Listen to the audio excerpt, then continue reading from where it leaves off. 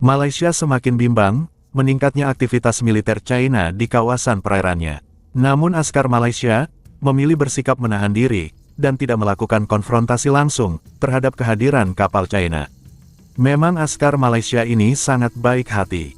Berbeda jika sama warga sipil Indonesia, garangnya melebihi Rambo. Di tengah situasi tersebut, pemerintah Malaysia intensif melakukan langkah diplomatik dengan Indonesia.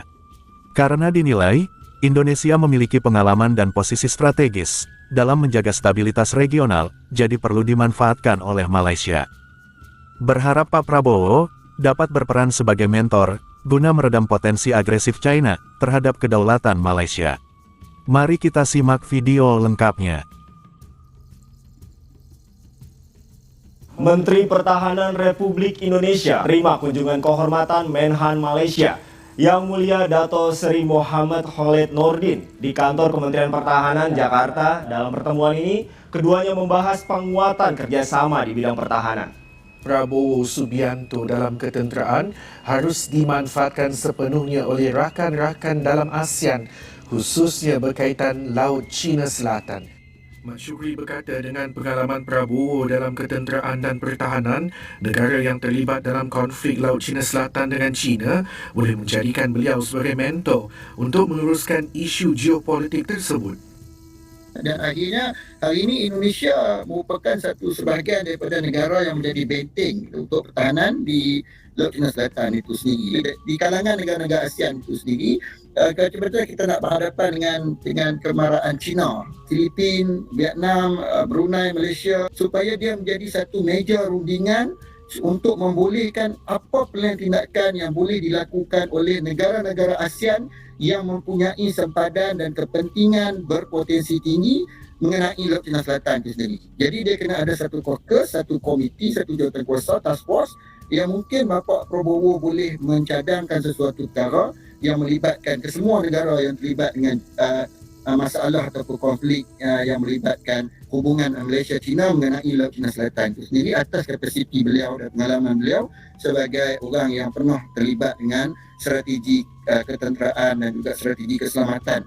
China tak akan berani serang Malaysia kerana jarak antara Malaysia dengan China sangat jauh. Kerana walaupun China di antara angkatan udara laut yang terkuat di dunia, tetapi perairan yang mereka jaga pun terlalu luas. Itu belum lagi kalau nak kira bantuan dari negara lain. Indonesia dah tentu akan bantu. Sebab itu saya yakin mereka akan bantu Malaysia habis-habisan. Jadi mustahil lah China boleh dapat mengalahkan Malaysia. Pernahkah kita pergi ke sana dan kita hanya bagi jawapan di parlimen ini dengan membaca tulisan yang dibuat, tetapi yang sebenarnya tidak berlaku di sana. Kita sekarang menghadapi masalah sebab kapal pengawal China yang di sana lebih besar daripada kapal kecil APMM dan juga kapal tentara laut kita. Jadi saya tanya, apakah benar? Kalau benar, apakah Yang Muhammad kena ambil tindakan dalam tempoh 3 bulan daripada sekarang? Atau tidak, kami akan datang lagi di parlimen bertanya, apakah kita nak serah kawasan ini kepada negara asing? Kita di Kementerian Pertahanan, kita mempunyai beberapa kaedah untuk pastikan kesiapsiagaan pertahanan udara kita. Yang pertama adalah perkara paling asas adalah kita harus pastikan bahawa aset-aset yang sudah sedia ada boleh kita manfaatkan semaksimum mungkin. Antara perkara yang kita berikan keutamaan adalah tentang MRO kita, maintenance, repair, overhaul. Untuk pastikan bahawa aset-aset yang sedia ada ini kita boleh tingkatkan supaya kesiapsiagaan itu dapat kita laksanakan. Yang kedua adalah tentang sama ada pembelian ataupun terutamanya pembelian pesawat-pesawat seperti mana yang disebutkan tentang Kuwait itu pesawat yang sedia ada.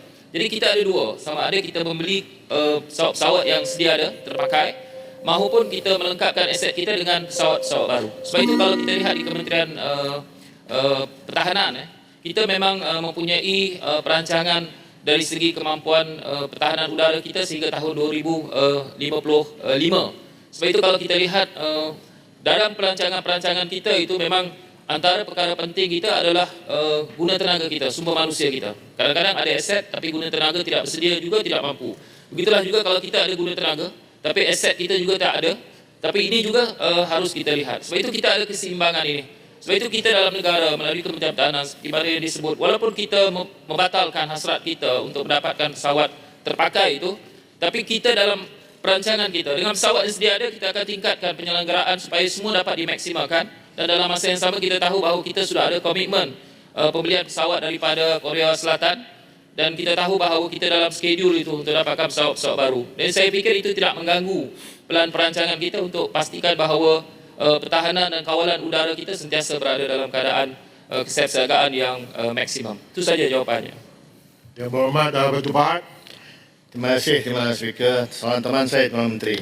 Adakah kerajaan bercadang untuk memperkukuhkan industri pertahanan tempatan melalui program local content dengan izin supaya kita tidak terlalu bergantung pada pembekal luar negara dalam menghadapi ancaman berasaskan teknologi baru ini?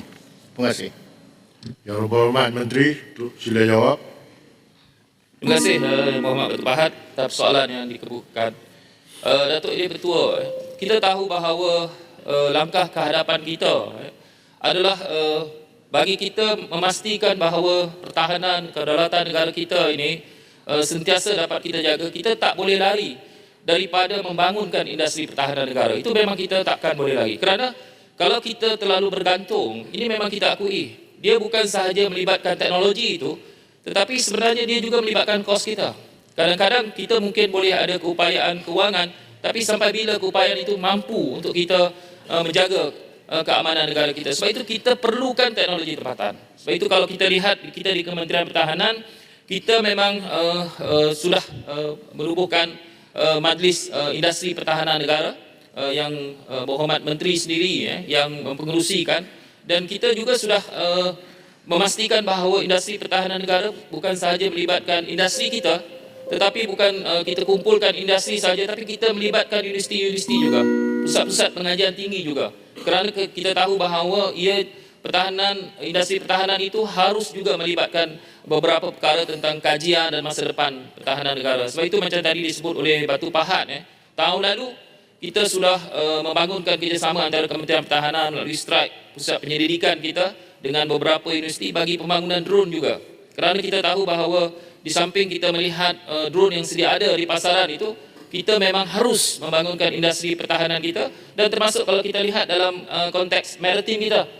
Kita tak nafikan bahawa Malaysia sebenarnya antara negara yang sudah kehadapan dalam membangunkan industri pertahanan dari segi sektor maritim kita ataupun sektor laut kita, Navy kita. Sebab itu kalau kita lihat ada beberapa sektor memang sudah jauh ke hadapan, tetapi beberapa perkara yang melibatkan teknologi macam saya sebutkan tadi, drone dan beberapa perkara tentang keperluan aset baru itu, memang kehadapan itu Malaysia harus. Sampai di sini video hiburan dari tetangga kita Malaysia. Semoga Anda semua terhibur. Dan jangan lupa like dan subscribe channel ini, agar tidak ketinggalan info terbaru. Sampai jumpa di lain waktu.